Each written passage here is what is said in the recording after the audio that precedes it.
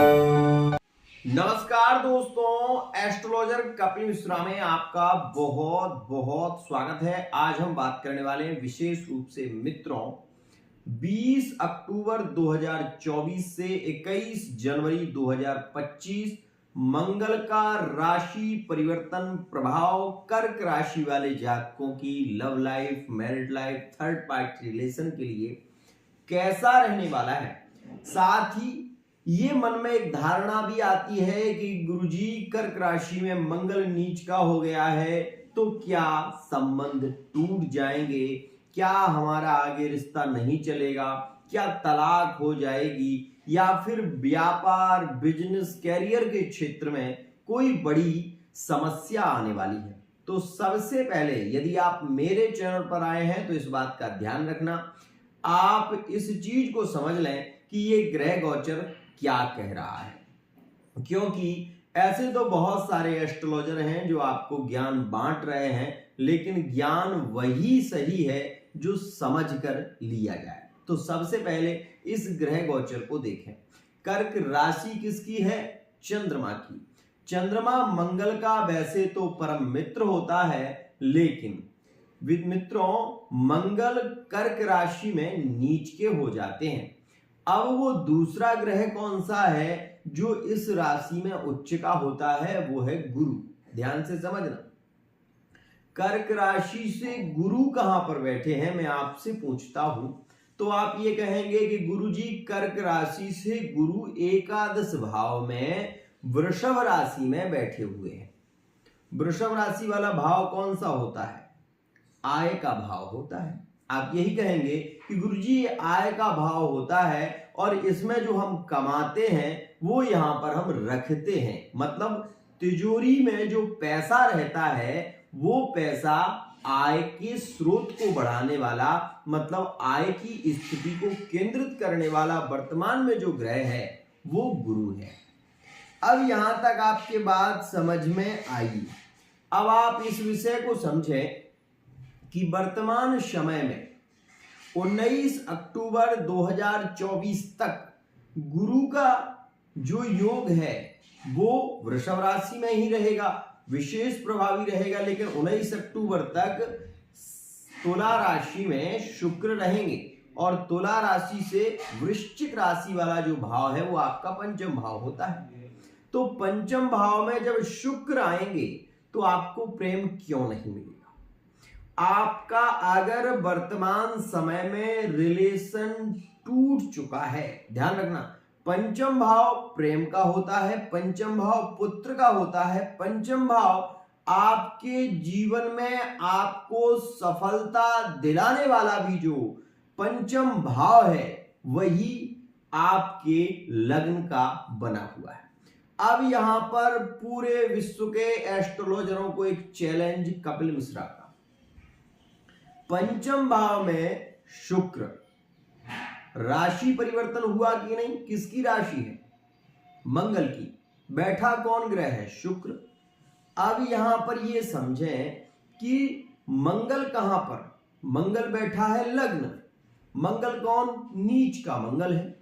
नीच का मंगल उच्च का फल देने के लिए बाध्य होगा, ये मैं कह रहा हूं। कैसे?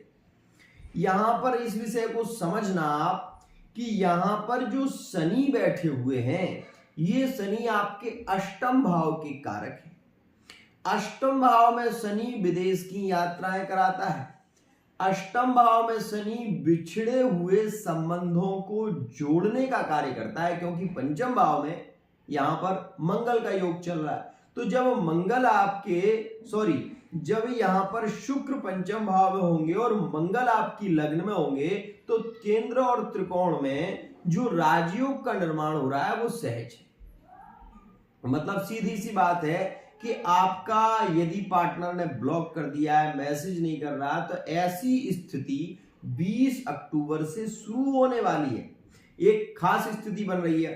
अब यहां पर यह भी समझें कि मंगल जो बैठे हुए हैं वो एक बार वक्री होने वाले हैं। कब? 21 जनवरी 2025 के बाद मंगल वक्री होकर फिर मिथुन राशि में चले जाएंगे।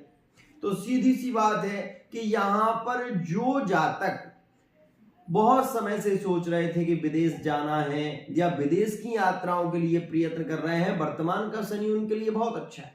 दूसरा, घर बनवाना चाहते हैं उनके लिए भी अच्छा है। ये मंगल नीच का भले ही है लेकिन आयस का गुरु बैठा हुआ है, इसलिए नीच भंग राजयोग का निर्माण कर रहा है। आप ये देखना, बताने की जरूरत नहीं है, आप इस स्थिति को देखना। लेकिन यहां पर इस विषय को भी समझें, जितने भी कर्क राशि वाले जातक हैं, इस समय में दो बातें बहुत ज्यादा प्रभावित करेंगी कर्क राशि वाले जातकों को। क्यों? क्योंकि अक्टूबर का पूरा महीना जो है उसमें सूर्य नीच के रहेंगे, तो आपके मन में ऐसे विचार ज्यादा प्रस्फुटित हो सकते हैं कि आप अपने पार्टनर से भागकर शादी कर लें। परिवार के लोग नहीं मान रहे हैं तो किसी को मनाने की जरूरत नहीं है, हम तो भागकर शादी कर लेते हैं या कोर्ट मैरिज कर लेते हैं, ऐसा कोई आगे कदम बढ़ा सकते हैं। तो ये कदम आपके लिए अच्छा नहीं है। क्यों? क्योंकि सूर्य नीच का है। एक तो सूर्य नीच का बैठा हुआ, उसमें भी बुध के साथ में, बुधादित्य योग में। आप इस समय में अगर गलत डिसीजन लेते हैं तो सीधी सी बात है, जनवरी के बाद जो योग बनेगा वो आपको जेल की यात्रा करा सकता है। सीधी सी बात है कि मंगल बकरी होकर जैसे ही मिथुन राशि में जाएंगे, आप वर्तमान में कोई ऐसा कदम उठाएंगे तो आपको सहज ही जेल की यात्रा करनी पड़ सकती है, हो सकता है लंबा जेल जाना पड़े। तो इस स्थिति से आपको सावधान भी कर रहा हूं, और आप मेरे बात को मत मानिए, आप पंचांग को देखें, बकरी मंगल होगा और ये होगा 21 जनवरी 2025 में, ध्यान रखना। अब यहां पर एक बात और आती है कि गुरुजी हम जॉब को लेकर बहुत परेशान चल रहे हैं, क्या हमें इस दौरान कोई जॉब प्राप्त हो सकती है? 100%। अगर किसी कंपटीशन में आप भाग ले रहे हैं, विद्यार्थी हैं, आपके लिए यह समय काफी अच्छा रहेगा। आपको सफलता जरूर मिलेगी। नवंबर और दिसंबर के महीने में आपका अगर कोई एग्जाम है तो उसमें आप सफल होने वाले हैं, इसमें संशय नहीं है। लेकिन मन इस समय आपका भटकेगा, मन में भटकाव ज्यादा होगा, क्योंकि मंगल बैठे हुए हैं और मंगल कर्क राशि में बैठते हैं तो चंचलता ज्यादा बढ़ जाती है, मतलब एकाग्रता भंग होगी और आप प्रेम संबंधों में उलझ सकते हैं, ध्यान रखना। तो इस समय में अतिशयोक्ति होगी प्रेम की, प्रेम में मिलना ज्यादा होगा और किसी भी चीज का ज्यादा होना अच्छा नहीं होता। मैरिड लाइफ के लिए ये समय बहुत ज्यादा लकी रहेगा, ये बात ध्यान रखना। मैरिड लाइफ के लिए सबसे अच्छा समय है। जिन रिश्तों में बहुत ज्यादा बहस हो रही थी, जो रिश्ते बिगड़ रहे थे, आपको बता दूं उन रिश्तों में अब प्रेम देखने को मिलेगा, क्योंकि वर्तमान में शनि भी बकरी चल रहा है और शनि का जो प्रभाव है वो कर्क राशि के लिए अच्छा साबित हो रहा है। इसलिए जिन रिश्तों में तलाक जैसी स्थितियां चल रही थी, जो रिश्ते बहुत ज्यादा उलझ गए थे, प्रॉपर्टी को लेकर या परिवार को लेकर उलझ रहे थे, तो वो रिश्ते सुलझ जाएंगे, ये संभावना ज्यादा है। अब एक और बात को समझें, मंगल की एक अष्टम दृष्टि भी होती है, आप लोग सभी जानते होंगे। मंगल अपनी अष्टम दृष्टि से शनि को दृष्टि दे रहा है और मंगल सेनापति है, ध्यान रखिएगा। मंगल सेनापति है और शूद्र सेवक, शनि सेवक है, तो शनि को आदेश दे रहा है मंगल। तो इस समय में यदि आप कोई नया कार्य शुरू कर रहे हैं या कोई रेस्टोरेंट शुरू कर रहे हैं या कोई खाने पीने से संबंधित या भूमि का क्रय विक्रय कर रहे हैं, तो वो आपके लिए ज्यादा लाभकारी है। नीच का मंगल आपको उच्च का फल देगा, ये बात ध्यान रखना। लेकिन अब आपके मन में ये विचार आया कि गुरुजी हम तो लोहे का व्यापार करना चाहते हैं, तो मैं आपको मना कर दूंगा कि भैया लोहे से संबंधित कार्य भी मत करो, आपके लिए अच्छा नहीं है, क्योंकि लोहे से संबंधित कार्य में आपको हानि होगी, ये बात सहज है। तो इस समय में कोई भी लोहे से संबंधित कार्य खासकर 17 अक्टूबर 2024 तक आप ना करें। अगर आप कोई वाहन लेने जा रहे हैं, नया वाहन सपोज खरीदना चाहते हैं, तो भी मैं आपको कहूंगा कि यदि श्रेष्ठ मुहूर्त की बात करें तो 31 अक्टूबर के बाद ही आप लें। आपके मन में ये विचार आएगा गुरुजी दीपावली है, दीपावली में क्यों नहीं लेना चाहिए, तो मैं आपकी राशिगत जो सिद्धांत कह रहा है उसके अनुसार कह रहा हूं कि आपको अभी थोड़ा सा वेट करना चाहिए। अब अगर बहुत ज्यादा जरूरी है, लेना बहुत ज्यादा जरूरी है, तो इसके लिए फिर उपाय है, आप अपनी कुंडली की पर्सनली रीडिंग कराएं और कुंडली के अनुसार फिर उस कार्य को करें, आपके लिए ज्यादा लाभकारी होगा। मित्रों, एक और खास बात, अभी मेरे पास में एक रीडिंग आई, उन्होंने कहा कि गुरुजी मैं बहुत ज्यादा परेशान इस समय में चल रहा हूं और मुझे अपने व्यापार को बढ़ाना है। सपोज समझना, अब उनकी कुंडली के अष्टम भाव में राहु बैठा हुआ है और वो एक व्यापारी वर्ग है। अष्टम भाव में राहु उनके व्यापार को मंद कर रहा है, कमजोर कर रहा है। तो इस स्थिति में मैंने कुछ उन्हें उपाय बताए। अब ये बात जान लेना कि इससे लाभ 100% मिलेगा और मिलता भी है। आज तक जितनी मैंने रीडिंग की है, उन रीडिंगों के दौरान सभी को लाभ ही प्राप्त हुआ है। अब इस विषय को बहुत खास तरीके से आपको समझना है। यहां पर मंगल की सप्तम दृष्टि दाम्पत्य भाव पर है। क्या होगा? दाम्पत्य भाव तो अच्छा चलेगा, लेकिन स्वाभाविक सी बात है कि बीच बीच में रिश्ते बिगड़ते हैं, क्योंकि मैरिड लाइफ है। तो मैरिड लाइफ में थोड़ी बहुत प्रॉब्लम तो आती है, लेकिन इसके लिए आपको करना क्या चाहिए जिससे आपके रिलेशन बिगड़े ना? समझिए, अष्टम में शनि आज खत्म नहीं होगा, आगे तक चलेगा। तो आपको चाहिए कि शनिवार के दिन आप शनि चालीसा का पाठ या हनुमान चालीसा का पाठ करना शुरू कर दें, क्योंकि अष्टम में शनि बैठा हुआ है। ठीक है ना? शनिवार के दिन आपको हनुमान चालीसा का पाठ या फिर शनि चालीसा का पाठ करें। शनिवार के दिन एक दीप दान पीपल के पेड़ के नीचे करें। अष्टम का शनि आपको लाभ देगा, हानि नहीं देगा। अब यहां पर एक और बात आती है कि गुरुजी हम कर्क राशि के हैं, लेकिन हमारा पार्टनर हमारी बात को समझता नहीं है, हमें नहीं समझता। तो इस स्थिति के लिए मैं आपसे कहूंगा कि आपको पर्सनल रीडिंग लेनी चाहिए, लेकिन यदि आप गोचर के अनुसार समझें तो मैं आपसे ये कहूंगा कि गोचरगत ग्रह जो संबंधों को जोड़ने वाला ग्रह है वो है शुक्र, और आपकी कुंडली का पंचम भाव का स्वामी मंगल ही है।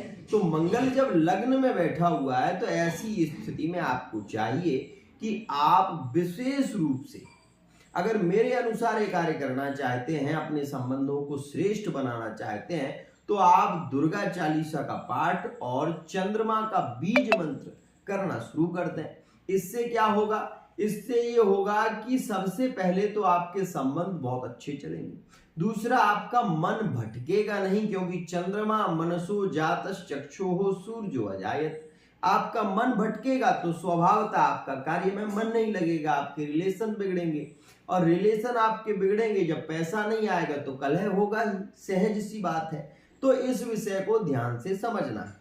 अब यहां पर मैं आपको ये कहूं कि आप कर्क राशि के हैं, सिंगल हैं, विवाह के योग कब बनेंगे? तो नवंबर और दिसंबर के महीने में आपके विवाह के योग ज्यादा प्रभावित हैं।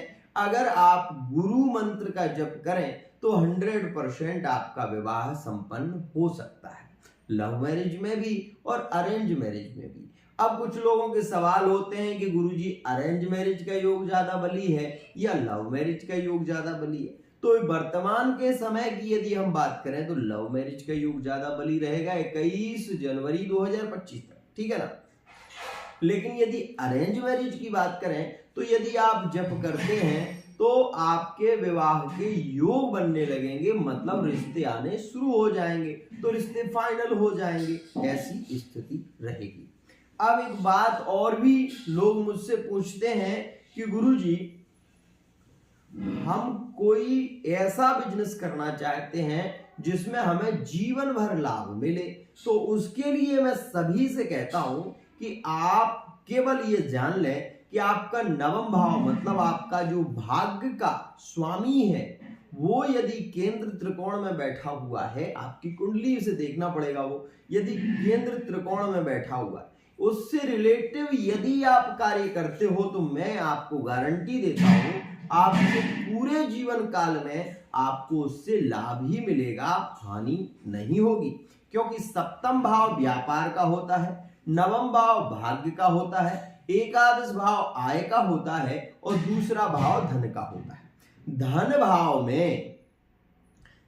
भाव में यदि धनेश की दृष्टि हो तो जीवन काल में कभी भी धन की कमी नहीं होती। संबंधों में बिगाड़ कब होता है, संबंध टूटते कब है, उसकी भी विशेष स्थिति है।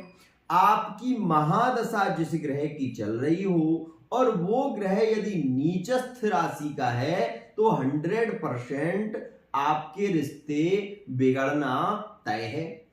अब इस स्थिति को आप ये भी जानिएगा कि आप मेरे वीडियो को देख रहे हैं, मैं कुंडली को देखता हूं तो नक्षत्र सिद्धांत से, फिर मेष राशि है या धनु राशि है, किस राशि में संबंध है और कौन सी दिशा बली है, ये सारी चीजें मैं कुंडली के अकॉर्डिंग बताता हूं।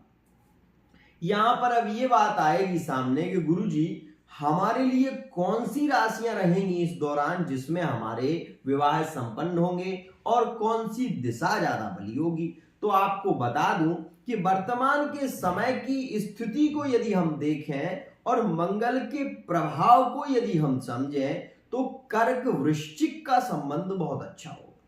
कर्क वृश्चिक, कर्क राशि वृश्चिक राशि में, और नवंबर दिसंबर के बाद की बात करें तो कर्क मीन राशि में, और जनवरी की यदि हम बात करें तो वृषभ राशि में यहां पर संबंध श्रेष्ठ रहेंगे। मतलब इनमें आपकी लव मैरिज, अरेंज मैरिज हो सकती है। अब कौन सी दिशा में, तो दिशागत संबंध दक्षिण दिशा और आपके लिए पश्चिम दिशा से रिश्ते फाइनल होने की संभावना ज्यादा रहेगी। अब इस विषय को आपने समझ लिया। अब आप ये भी जाने कि यदि हम संतान की बात करें, हम ये बात करें कि गुरुजी हमारे यहाँ संतान वर्तमान में डिलीवरी होने वाली है, तो उसके लिए कौन सा समय अच्छा है और कौन सा उपाय कर सकते हैं, तो मैं आपको ये जरूर कहूंगा कि वर्तमान समय से लेकर 21 जनवरी तक का जो समय है वो थोड़ा पीड़ित है, वो थोड़ा अच्छा नहीं है। अगर आपकी कुंडली में मंगल 12वें भाव में, अष्टम भाव में या विशेष रूप से चतुर्थ द्वितीय भाव में है तो प्रसव की पीड़ा ज्यादा होगी और इस दौरान पुत्र को हानि भी हो सकती है या पुत्री को हानि हो सकती है। तो उसके लिए आपको कुंडली की रीडिंग कराना चाहिए जिससे आपको ये पता चल सके कि नीच का मंगल हानिकारक भी है और लाभकारी भी है। अब इस विषय को भी समझना कि क्रोध, अति क्रोध कारण जब बनता है तो रिश्ते खराब होने लगते हैं। तो आपको इस समय क्रोध पर नियंत्रण रखना होगा क्योंकि कर्क राशि में बैठा हुआ मंगल आपके क्रोध को बढ़ा सकता है, क्योंकि चंद्रमा मन सो जातस्य, चंद्रमा मन का कारक है। ब्लड आपने देखा होगा, ब्लड जब कहीं चोट लग जाती है तो तुरंत खून आ जाता है। क्यों? क्योंकि ब्लड जो है वो मंगल है और जो इसमें चंद्रमा है वो इसमें धमनियों में जो रस, जो खून की चाल है वही चंद्रमा है। तो जो चाल है वो चंद्रमा है, जो रक्त है वो मंगल है। तो इस विषय को समझिए कि आप एक ऐसे घोड़े पर सवार हैं जो बहुत जल्दी चलता है, जिसकी तीव्रता बहुत ज्यादा है। तो ऐसी स्थिति में आपको क्रोध पर नियंत्रण करना चाहिए। हनुमान चालीसा का पाठ, दुर्गा चालीसा का पाठ जरूर करना चाहिए और इस समय में हो सके तो शनि के लिए दीपदान जरूर करें। आज के लिए इतना ही। आशा करता हूं ये वीडियो आपको पसंद आई होगी। वीडियो यदि पसंद आती है तो चैनल को सब्सक्राइब करना ना भूलें।